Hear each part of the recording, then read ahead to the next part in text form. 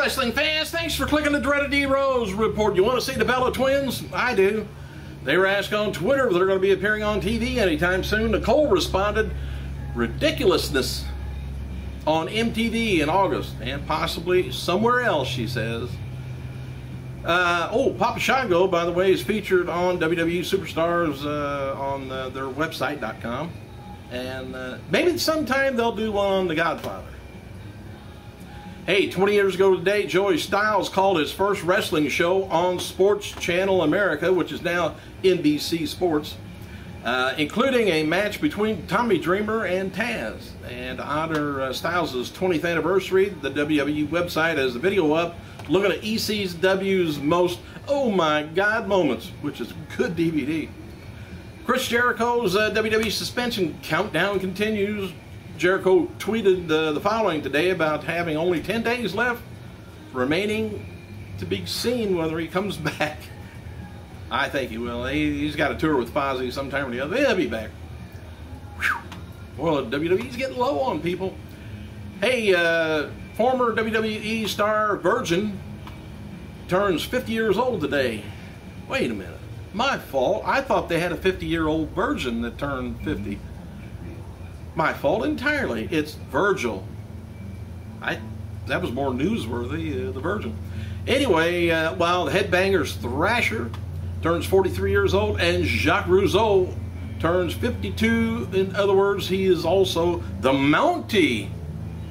Bill Goldberg had the following. He wrote on Twitter, WWE or TNA, anytime fans would chant my name after years, after years I've retired, it's an honor. Glass half full, he says.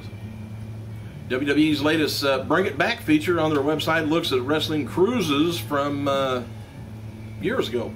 WWE, they had a wrestle vessel. I do too, but the wife got tired of it. Anyway, and WCW's Bruise Cruise. Anyway, WWE creative head Michael P.S. Hayes thinks the Wrestle Vessel would do good today for WWE. He said, I think it would go over very well, and the opportunity for people of the WWE Universe to share a cruise with the superstars is real exotic at a real exotic location would be nice. Performers all let their hair down and a bit, so you get a different side of us, and think that's what a lot of our audience is looking for. No, we're looking for people that's above and beyond. We don't want to. I got the guy next door if I want to go over and talk to him. Hell, he's as silly as hell. I don't want to know my wrestlers or as silly as my next door neighbor. WWE released several wrestlers, by the way, 4 of them anyway, from the developmental contracts this week. Former star, which I told you about, Eli Cottonwood, he requested a release and he was granted it, and reportedly he accepted a job outside of the wrestling business. That's good for him. Gyro, I guess, he trained in Japan, former WWE star, with a former WWE star, but apparently he didn't make it. Benico Salazar formerly worked in Mexico under the mask of El Hijo del Medico Assassino, or something like that. Anyway, Sonny Elliott, I can read that. He was from Australia and probably still is. Their profiles have been removed from the website too. Sources both the WWE and UFC are skeptical about how bad the meeting was between Dana White and Brock Lesnar, whether it was real or not. White said the meeting was one of the worst he ever had with Lesnar and not part of the WWE angle, but people are on both sides who believe it was an angle. WWE sources almost universally believes that Lesnar has an ironclad deal that there's no way he can fight for UFC until the contract expires after WrestleMania 29, 2013. In UFC, people insist that Lesnar's WWE deal is non-exclusive and that he and White were discussing a potential fight during their recent meetings. Who knows? And right now, who cares? Not everyone in UFC thinks Lesnar will fight, with the feeling that even if his WWE contract allows him to fight, his heart really isn't into MMA, And this is all some sort of a ploy by Lesnar to increase his bargaining power or leverage with WWE. The more we ask for him, the higher his money goes.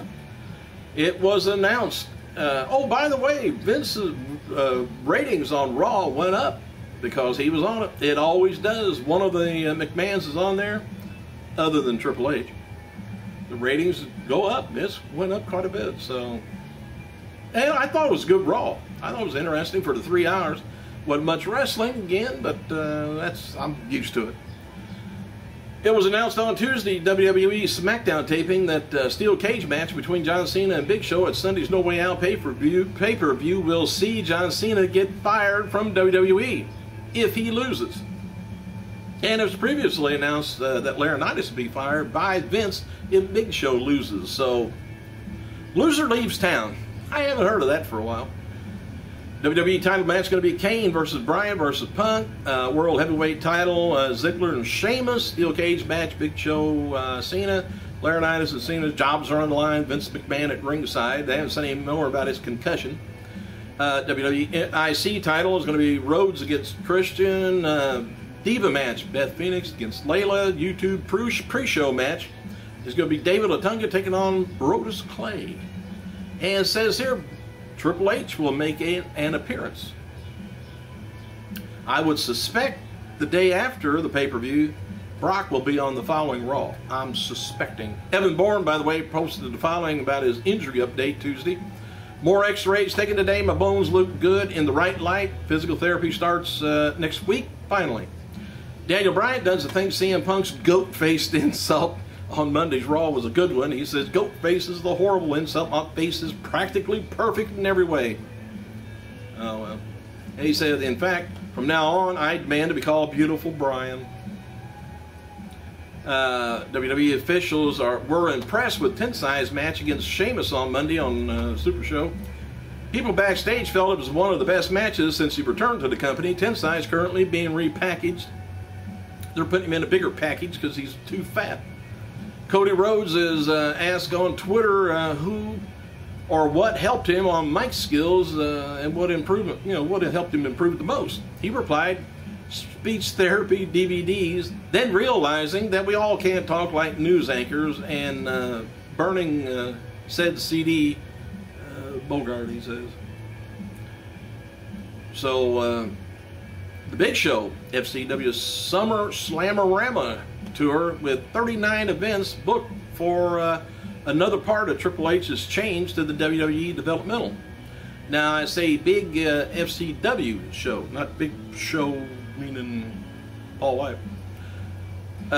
With guys like Rey Mysterio and Jericho, Orton returning to action in the next few months, the feeling in WWE that the roster is going to be limited right now, so no matter what Vince is thinking about a particular talent at the moment, when the day comes that someone is cleared to return, they'll be brought back regardless of any concerns or politics. Hey, remember Karma? She's waiting. I am too. Birthdays, by the way, indie star Jason Cross, 33 years old, former $1 million, well, I told you about the Virgil, 50.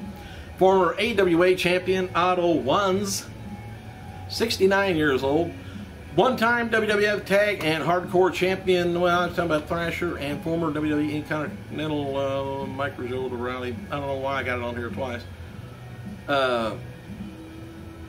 And on this day in 1982, High Chief Peter Maivia lost his battle with cancer at the age of only 45 years old.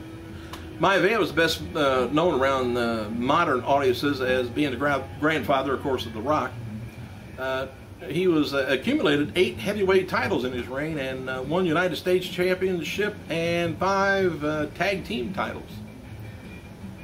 In the TNA versus WWE lawsuit, temporary restraining order against WWE is officially dissolved on June 8th after WWE's recent statement to the court about how they have searched their computer network for evidence of the file that former WWE TNA employee Brian Wittenstein had with the confidential TNA information.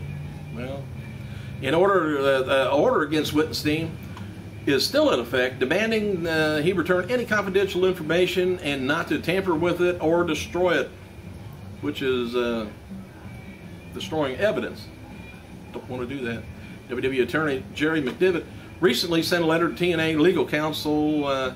The letter was filed with court last week and can be read on internet. It says here, first I advise you to orally on the phone during our recent conference call. WWE has not solicited Ric Flair to leave TNA and enter a contract with WWE. WWE has made no offer to Flair and has no intentions of doing so. This was a part of the thing. And secondly, it says, I also advise you, WWE has not solicited any other current talent in their contract, whatever. I don't know what the deal is with Matt Morgan, whether he's hinting he's coming over, but I don't know if that had anything to do with this. Doubt it. WWE has begun greatly increasing their scouting efforts, and a process that has fallen off in recent years. So they've been going around a lot. They're going to be going around a lot of the indie places.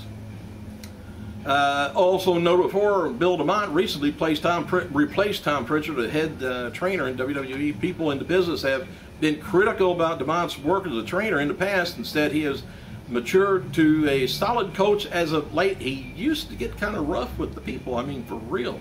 Hurt some of the students. And as noted before about Christian's appearance at Slammiversary and part of the WWE TNA deal a few months back, that allowed Ric Flair to go to the Hall of Fame. WWE is very careful, controlled that Christian was and was not allowed to say at the pay-per-view. I'm going down here. I'm going to be running out of time here to get through all this. Jim Ross said he enjoyed Hornswoggle's work, talented kid. June 9th episode of Raw AM, by the way, scored a 0.46, about 500,000 viewers. John Cena Sr. was sitting at ringside Tuesday night for the SmackDown taping in New Hampshire. Dark match after Tuesday's WWE taping in New Hampshire saw John Cena defeat Big Show, Laurinaitis, and Otunga in a handicap match. Show accidentally knocked out Otunga, which I mentioned before. Triple H appeared on last night's WWE taping for an off-camera segment. Triple H interrupted a promo, but Jack Swagger and laid him out with pedigree. It's only right. Earlier this week, WWE and the McMahons each filed motions to dismiss the lawsuit against them brought on by Martha Hart and Owen Hart's estate. There have been many attempts to settle the lawsuit, but they've been unsuccessful. Martha Hart's suit has had some initial allegations thrown out already, and now alleges that Owen Hart's name would have reverted back to his usage and his usage alone in his passing. So WWE doesn't have the right to use his legal name to use, market, promote that name in their material and DVDs, like currently I think is what they're talking about. But WWE released 8 DVDs under and other items without properly payments to, it's all got to do with money, to the Owen Hart estate per his booking contract with Titan Sports, which requires royalty payments to continue after his death per written contract that Owen signed. WWE originally intellectual property included family photos without permission from the estate, and that Owen Hart's foundation has been hurt through its unwanted association with WWE through their usage of Owen. How they've been hurt by that is just beyond me. Former WWE, well, let's see. I guess that was all I had on that. Goldberg. Well, I didn't tell you about that. WWE's latest Bring It Back features on the website looks at the WWE cruises, which I already had that on there. And apparently, I'm done with the report unless you want to hear it again. If you want to hear it again, click stop, go back to the beginning. I got to go.